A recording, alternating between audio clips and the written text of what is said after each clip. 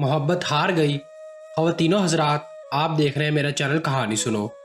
मेरी शादी मुनव्वर से होने वाली थी कि मेरी वालदा ने रोला डाल दिया। वो शुरू से इस रिश्ते के खिलाफ थी। ये बात ना थी कि मुनव्वर में कोई ऐब या खराबी थी, वो तो निहायत शरीफ और बावकार था। मसला ये था कि अम्मी शुरू से ही चच्ची से खार खाती थी। इसकी एक वजह ये थी कि चचा की आमदनी कलील थी। वो एक मामूली सरकारी मुलाजम थे और इनके 5 बच्चे थे। हर वक्त इनके घर में दाल रोटी के लाले पड़े रहते, जबकि वालिद साहब का बिजनेस अच्छा चल रहा था और हमारे घर में खुशहाली का राज था। अब वो अपने छोटे भाई यानी मुनव्वर के वालिद से बहुत मोहब्बत करते थे, इनकी बाकायदगा माली मदद किया करते थे। मेरी वालदा को ये बात कतई गवारा न थी कि इनका शोहर अपने भाई के कहने पर खर्चा करे। बस वो इसी कारण बहाने बहाने चच्ची से झगड़ती और तानाजानी करती रहती थी। शुरू में हम एक ही घर में रहते थे। जब वालदा और चच्ची के बीच कशीदगी बढ़ने लगी तो अब्बू ने इस मसले का हल निकाला कि अपने बराबर वाला मकान इनको खरीद कर दे दिया और वो नए घर में सुकूनत पजीर हो गए। मर्दों के दिल और तरह के होते हैं और औरतें किसी और नीच पर सोचती हैं, खास तौर पर जब मामला जिठानी और देवरानी का हो।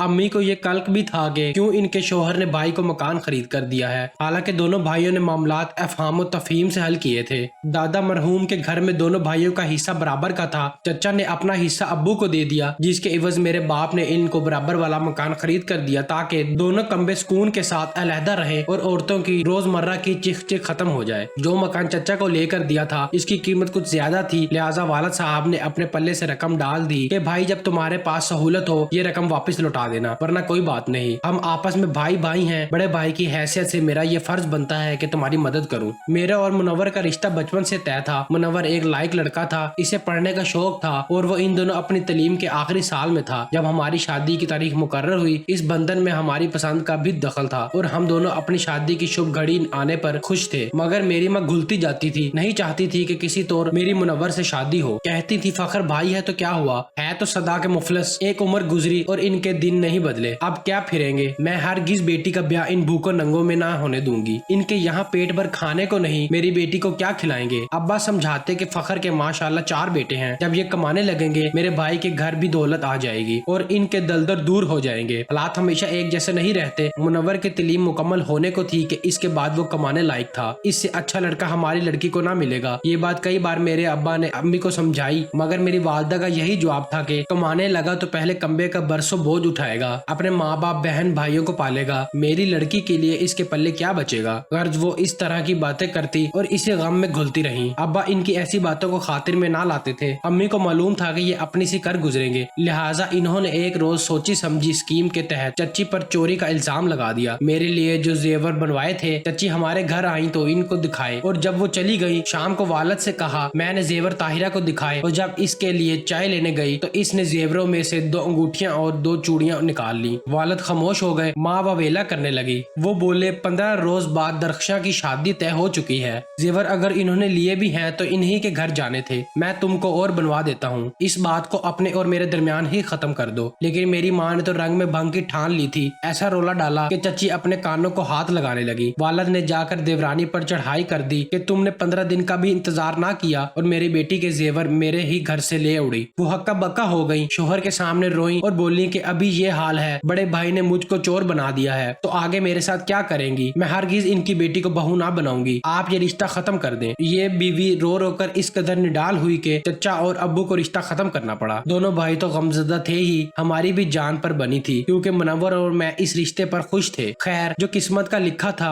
हो गया और रिश्ता खत्म कर दिया गया। मुझको तो सदमे से सांस लेना दुश्वार हो रहा था। मुनव्वर का भी यही हाल था। वो बददिल होकर घर से चला गया और हॉस्टल में रहने लगा। मेरे जिस्म में अब सिर्फ जान बाकी थी, जैसे रूह ना रही थी। इस दुख से निजात पाने का भी कोई रास्ता ना था। तो दोस्तों आपको आज की वीडियो कैसी लगी कमेंट करके जरूर बताएं। मिलते हैं नेक्स्ट वीडियो में, तब तक के लिए अल्लाह हाफिज और चैनल को जरूर सब्सक्राइब कर लें।